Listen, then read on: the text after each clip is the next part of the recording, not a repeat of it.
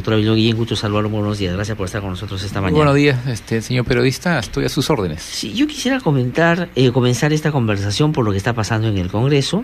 Hemos estado, como correspondía, abocados a la campaña, al proceso electoral, y no hemos estado mirando con atención todas estas cosas que estaban pasando ahí, y al parecer hay una voluntad expresa, clara y totalmente direccionada a la impunidad en relación a algunos cambios que se están dando al código penal. Esta afirmación general que acabo de decir tiene asidero. De su punto de vista, ¿podríamos concluir que eso está pasando? En primer lugar, quiero resaltar lo siguiente. Durante los 5 años del gobierno del señor García, no ha existido una voluntad real de combatir a la corrupción. Se ha desmantelado todo el sistema anticorrupción. Si no, usted analice, evalúe cómo están actuando actualmente los procuradores. No tienen personal, no tienen recursos, no tienen apoyo, y en tal sentido muchos de los procesos en los cuales vienen interviniendo están sufriendo graves derrotas en razón de que no tienen el respaldo ni la voluntad política para combatir realmente la corrupción. En segundo punto, no se ha dado en este régimen una voluntad legislativa para sancionar adecuadamente los delitos de corrupción. Cuando uno cuestiona esta norma, que considero debe ser derogada, lo que ellos dicen, no, pero acá se ha incrementado la penalidad. Claro, lo que ellos dicen es al revés. ¿Qué tanto critican si las penas eran más benévolas antes y ahora las estamos agravando? Sí, pero ahí viene el engaño. A ver, porque si bien es verdad que existe un incremento de la pena, pero han puesto una serie de obstáculos y han quitado una serie de elementos que posibilitan más bien la impunidad. Entonces, es como cuando uno conversa con un delincuente que incurre en delito de secuestro. Ellos dicen, pueden poner cualquier pena, pero no me van a poder probar. Lo dicen con absoluta desfachatez. Es por eso que los secuestros se dan todos los días y los marcas siguen actuando todos los días en las entidades bancarias, porque saben muy bien que a través de la amenaza, la amenaza a los testigos, les ponen granadas, los amenazan de muerte. El testigo, el agraviado, no va a concurrir a declarar. En tal sentido, es una mentira, es una falacia el decir que esto beneficia y contribuye a la lucha contra la corrupción. Existe un incremento en la penalidad, pero por otro lado, han desarmado si usted compara el proyecto que ha presentado el Poder Judicial, es diametralmente opuesto a lo que ellos han aprobado. Bueno, al punto que el doctor César San Martín, que hoy preside el Poder Judicial, ha dicho que van a presentar, una nueva propuesta al Congreso, porque efectivamente la esencia de lo que ellos habían pedido ha sido distorsionada en su totalidad. Pero el doctor Avelino Guillén, apelando por supuesto a su capacidad de explicación para nuestros oyentes, ¿cuáles han sido los cambios importantes y las vallas que se han puesto ahora que en buena medida terminan jugando a favor de la corrupción? Por ejemplo, se dice el delito de la colusión. La gente de repente no entiende muy bien qué es. Entre abogados es más fácil hablar de estos temas. ¿Qué cosa es lo que decía el Código Penal y qué cosa se ha modificado y por qué es grave lo que acaba de suceder, por ejemplo, en ese tema? La norma derogada establecía sanción penal a quien en los contratos, convenios, etcétera, concerte ilegalmente con un privado, con una empresa interesada en un contrato con el Estado. O sea, con la finalidad, obviamente, de defraudar al Estado. O sea, es decir, Alberto Quimpe trabajaba en Perú Petro.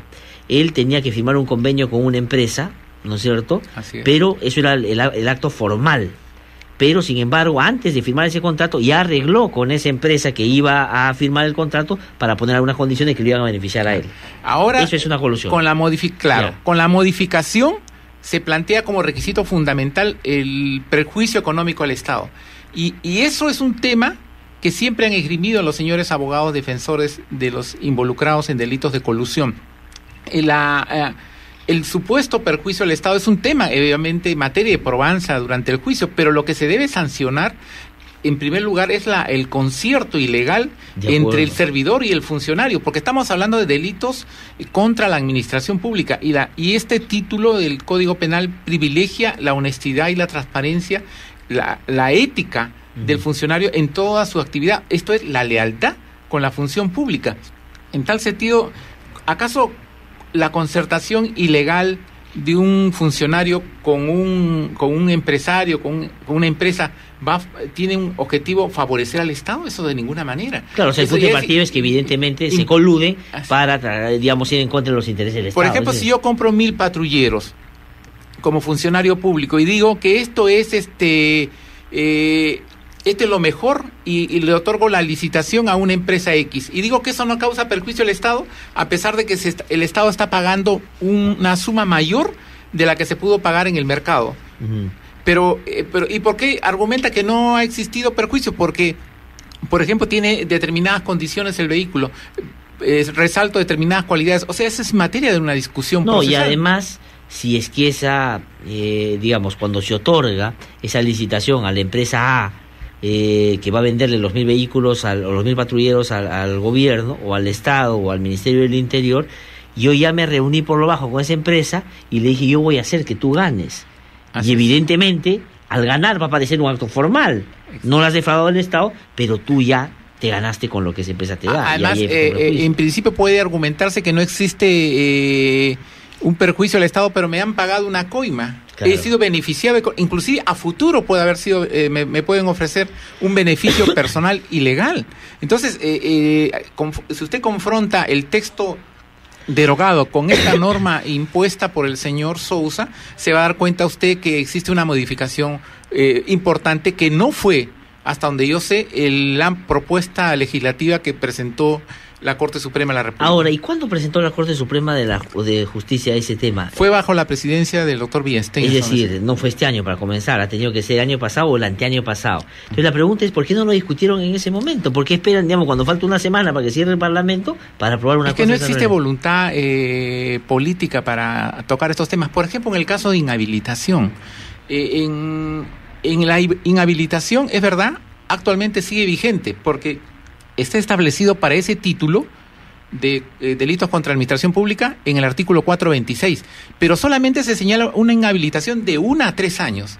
Para los demás delitos, la inhabilitación es por el tiempo que dure la condena. Si una persona es condenada a 15 años, la inhabilitación por los otros delitos es hasta 15 años. Claro. Pero sin embargo, para los delitos de corrupción es solamente 3 años como máximo. Y ese es el cambio que han hecho. Y eso es lo que se mantiene. Eso es lo que se mantiene y lo que argumenta la ministra Rosario Fernández. Sí. O sea, dice, sí, es verdad, se mantiene la inhabilitación, pero no dice que esa inhabilitación es solamente de 1 a 3 años. Esa norma, el artículo 426, debió ser derogado, porque deberíamos remitirnos en todo caso al artículo 39 del Código Penal, que establece la inhabilitación mientras dure el plazo de la condena, o sea, el tiempo que dure la condena. O sea, si ellos hubieran tenido la voluntad de luchar contra la corrupción y de apoyar, hubieran derogado eso para que justamente la inhabilitación sea mayor. Exacto. En términos proporcionales a la pena que le ponen a un corrupto. Y además en igualdad de condiciones con otros sentenciados por otros delitos,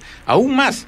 Si, por ejemplo, el artículo 36, creo que en el inciso 6 o 7, señala, inclusive hay inhabilitación a perpetuidad en determinados casos, a quien tiene una licencia, por ejemplo, para portar armas.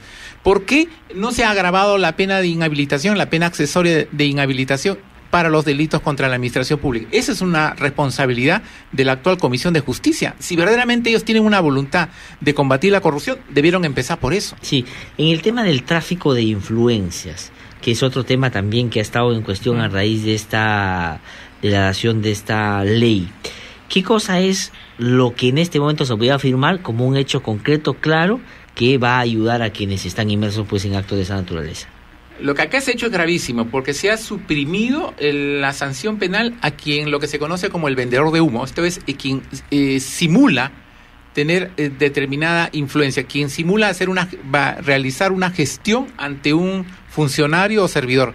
Por ejemplo, si una persona señala que va a hacer una gestión ante un magistrado judicial y verdaderamente no lo conoce, o sea, lo que está sancionando, se está achicando el espectro. Ajá. Solamente para sancionar los casos casos de tráfico de influencia real. O sea, se ha limitado a eso y está eliminando un extremo que es importante. Esto es lo que se conoce como el vendedor de humo, el tráfico de influencia simulado. Bueno, digamos, para traer un caso a colación, Jorge del Castillo, cuando se defiende de lo que desde mi punto de vista sí han sido en varios momentos tráfico de influencias, él dice, este señor Rómulo León y otros eran fanfarrones, tomaban mi nombre para hacer cosas que yo ni siquiera conocía. Esto le da sustento y argumento para decir que eso no puede ser penado, por ejemplo. Claro, bajo esa hipótesis, por ejemplo, Rómulo León invocó o otra persona invoca realizar una gestión o conocer a esa persona, y esa condición, ese acto, ese hecho,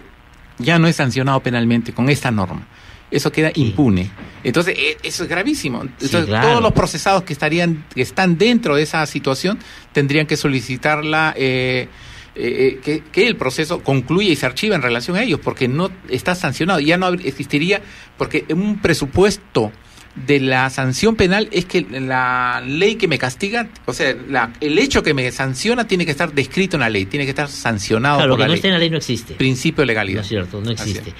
Y todo esto, digamos, que usted nos está describiendo bien esta mañana, doctor Avelino Guillén, ya a finales de un gobierno, cuando también se incorpora el tema de la discusión sobre el indulto a Fujimori, no es como, digamos, desde mi punto de vista lo es, como una muestra clara de que estamos ya en el toma y daca de final de partido, donde, claro, cada uno quiere ubicarse lo mejor posible para privilegiar sus propios intereses en el próximo periodo que se viene?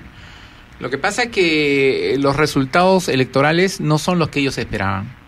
Yo estoy convencido que el señor García aseguraba el triunfo de la señora Keiko Fujimori. Y este resultado, el triunfo del señor Ollanta Humala, los ha llevado a una situación de crisis absoluta, una crisis de nervios. Y es por eso que usted ve una serie de errores, y el gobierno en este momento está mostrando una debilidad que pretende ser aprovechada por el fujimorismo para poner en agenda un tema como es el indulto al señor Alberto Fujimori. Y además desarrollan una ofensiva mediática muy fuerte con la finalidad de presionar a los médicos. Eso es grave. O sea, si hasta el 5 de junio el señor Fujimori estaba bien de salud, según declaraciones de la propia hija del señor Fujimori, en diversas declaraciones que ha brindado a diversos medios de comunicación, ¿cómo es posible que a partir del 6 ellos hablen de que está extremadamente grave? Y además lo señalan verbalmente sin ningún sustento médico, sin ningún informe. En tal sentido, lo que acá corresponde es esperar una evaluación integral por parte de los especialistas que determinen el real estado de salud del señor Fujimori. Lo cierto es que ellos tienen temor de perder una serie de privilegios que tiene el señor Fujimori en el penal de Barradillo. O sea, ellos están convencidos de que con la nueva administración gubernamental probablemente van a perder muchos de los privilegios que tienen y se va a cumplir. Claro, que no significa, efectivamente, ¿no? Que no significa un ánimo interés de venganza, sino, digamos, sacar la ley, el reglamento, lo que esté establecido y hacer que se cumpla, cosa que no ha pasado en ese tiempo. El señor Fujimori tiene derecho a atención médica, tiene derecho a todas las condiciones, inclusive como expresidente de la República, pero sobre todo tiene derecho como ser humano, y como tal tiene que ser respetado. Pero por otro lado, no tiene derecho a privilegios que resultan una ofensa para el país y una ofensa para los demás internos del país. En tal sentido, él, con las condiciones necesarias y a su condición de expresidente, tiene que gozar de determinadas situaciones, pero eso no puede implicar que tenga un penal para él solo de 10.000 metros cuadrados y una serie de condiciones que no lo tiene ningún otro interno en el país. Sí, parecería que el razonamiento, la estrategia es que Fujimori sea indultado en las próximas semanas. Yo he tenido información del propio Ministerio de Justicia que ya están armando el file, por decirlo de alguna manera, y luego, una vez libre, se va a Japón. Eso es un poco lo que yo conozco, puede estar ya planificándose, ¿no? ¿Qué opinión tendría sobre eso? Legalmente, normativamente, eso es imposible. Una propia ley dada por el señor Fujimori prohíbe los indultos para condenados, para sentenciados por delito de secuestro agravado. Y el señor Fujimori ha sido condenado por secuestro agravado en agravio del periodista Gustavo Gorriti y del empresario Samuel Dyer. Dos, la Corte Interamericana de Derechos Humanos ha sido muy clara en descartar los indultos para condenados por delitos de lesa humanidad. Y el señor Fujimori ha sido condenado por delitos de lesa humanidad por los casos Barrios Altos y La Cantuta. La única posibilidad de un indulto sería la de un indulto humanitario en la hipótesis de que el señor Fujimori esté gravemente enfermo con una enfermedad terminal. Pero esa situación de grave enfermedad lo tiene que determinar no nosotros, no los analistas, no los abogados, sino los médicos. Y los médicos especialistas, y tiene que ser dado rigurosamente. Si esto no es así, generaría un desazón terrible en la sociedad y generaría una sensación de impunidad. lo cual sería absolutamente insostenible. Es el primer caso en la historia del país donde un expresidente ha sido condenado por delitos de lesa humanidad. Sí, y eso sería inaceptable, que bajo presión política de una agrupación se determine una situación que no está contemplada en la ley. Solo en la hipótesis de que el señor Fujimori esté gravemente enfermo, en una enfermedad terminal, solamente en esa hipótesis la administración gubernamental tendría que evaluar esta situación. Sabes que somos